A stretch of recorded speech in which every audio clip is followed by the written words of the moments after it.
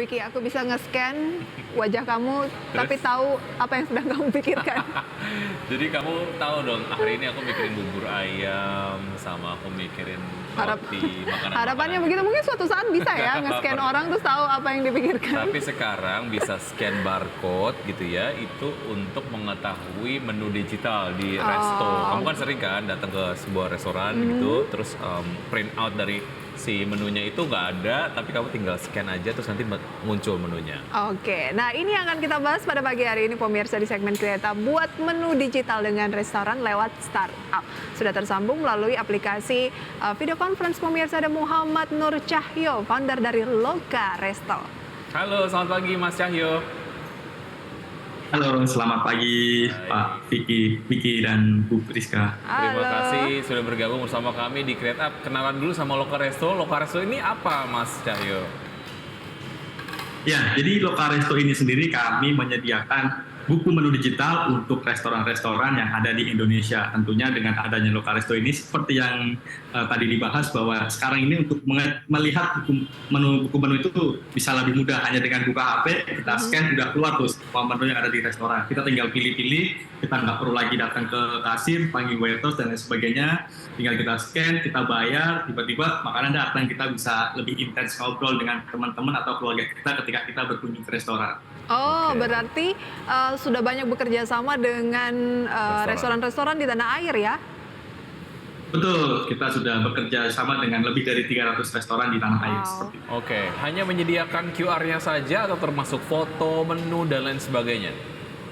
Ya, jadi di sini nggak hanya QR doang, tapi di sini kan untuk tampilan di Loka Resto itu sendiri semua informasinya itu komplit. Jadi pengunjung itu setelah scan barcode itu pengunjung bisa melihat detail menunya itu seperti apa sih, karena di situ ada deskripsi menunya, terus kira-kira fotonya itu bisa kita lihat dengan jelas seperti itu. Jadi kalau misalkan kita lihat di buku menu manual itu kan biasanya terbatas ya, apalagi kalau misalkan kita berkunjung ke restoran yang baru di mana kita tidak tahu nih biasanya tuh menunya apa, makanannya kayak gimana, kayak gitu. Jadi kalau misalkan pakai Loka Resto itu informasi menunya itu bisa lebih spesifik, lebih detail seperti itu. Jadi harapannya pengunjung yang datang itu bisa lebih membayangkan kira-kira mau makan apa nih, seenak apa, seleranya bagaimana. Dengan kita melihat foto atau spesifik atau detail menu yang akan kita pesan kan itu sebenarnya meningkatkan nafsu makan kita ya kalau kita berkunjung ke restoran.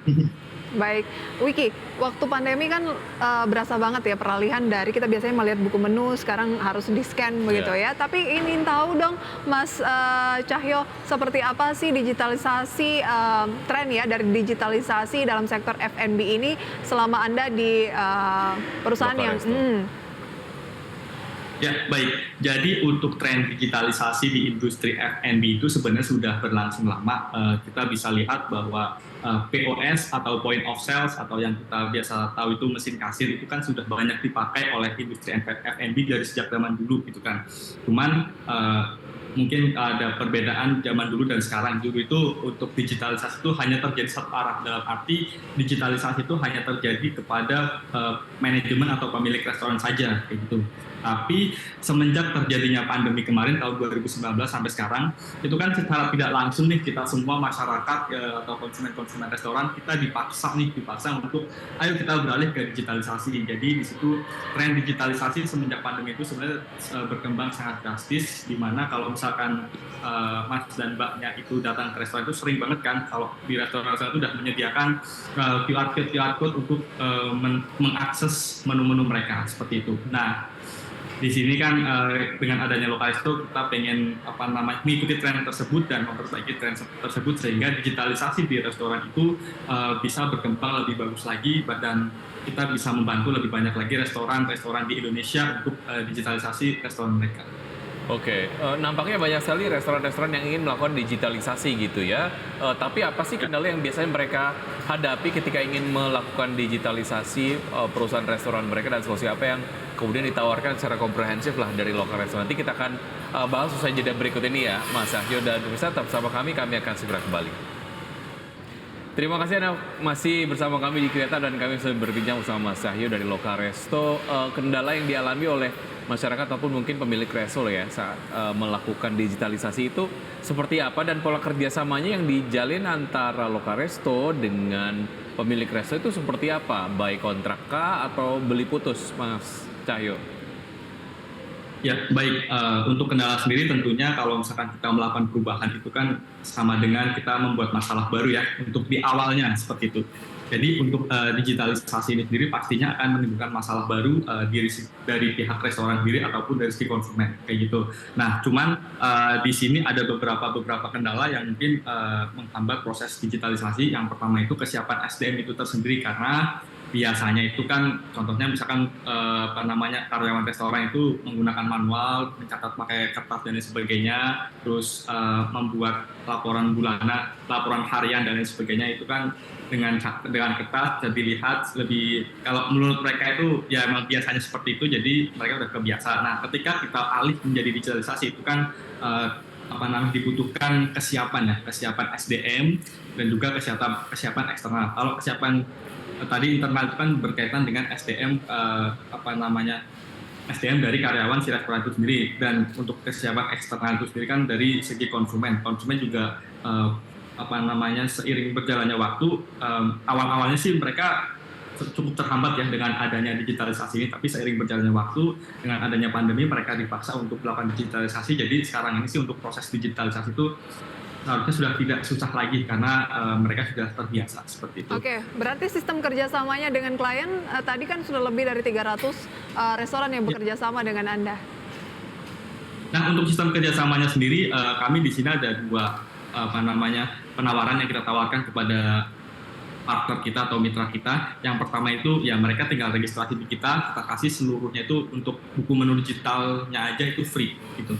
Jadi kita kasih free untuk mengakses buku menu digital buat restoran mereka. Nah, apabila mereka pengen menggunakan fitur-fitur tambahan yang kita berikan seperti fitur payment, fitur order dan lain sebagainya, itu kita hanya nge-charge per transaksi itu sebesar minim.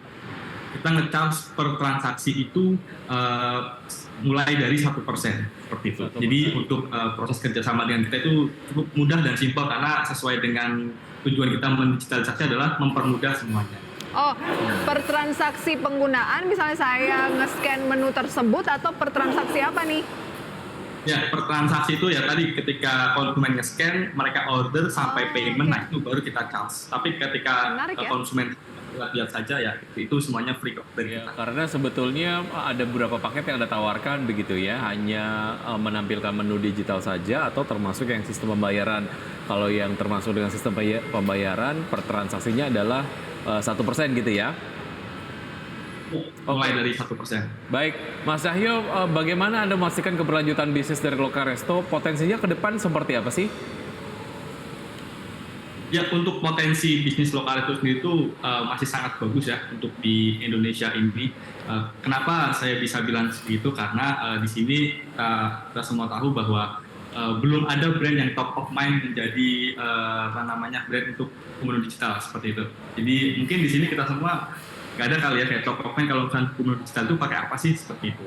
Kalau misalkan untuk produk-produk yang lain kan sudah ada, tapi untuk yang menu digital ini ya kita marketnya itu masih sangat bagus dan pertumbuhannya juga sangat bagus. Oke. Apa target jangka pendeknya singkat saja?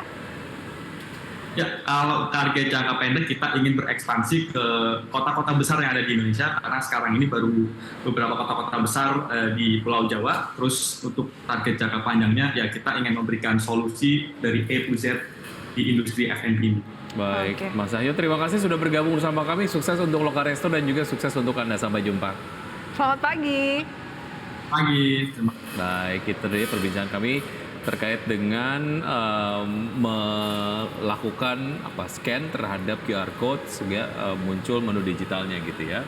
Oke, dan sebelum kita akhiri Power Breakfast pada pagi hari ini pemirsa, kami update kembali untuk Anda seperti apa jalannya perdagangan di Bursa Efek Indonesia. Kurang lebih 26 menit berlalu dan indeks harga saham gabungan tampaknya Wiki masih bergerak di teritori negatif ya.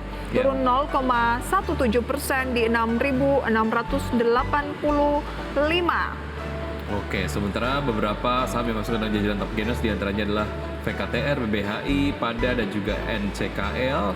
Kemudian top 4-nya untuk top losers diantaranya adalah BNBR, Dewi, Buka, dan juga Adaro. Itu dia pemirsa, update selengkapnya bisa Anda saksikan melalui data RTI pemirsa ya. Dan informasi ini sekaligus pemirsa mengakhiri jumpa kita dalam Power Breakfast kali ini. Semoga apa yang kami perbincangkan bisa menjadi referensi sumber informasi untuk Anda. Saya Prisa Samodatu. Saya Wiki Adrian, see you in the morning.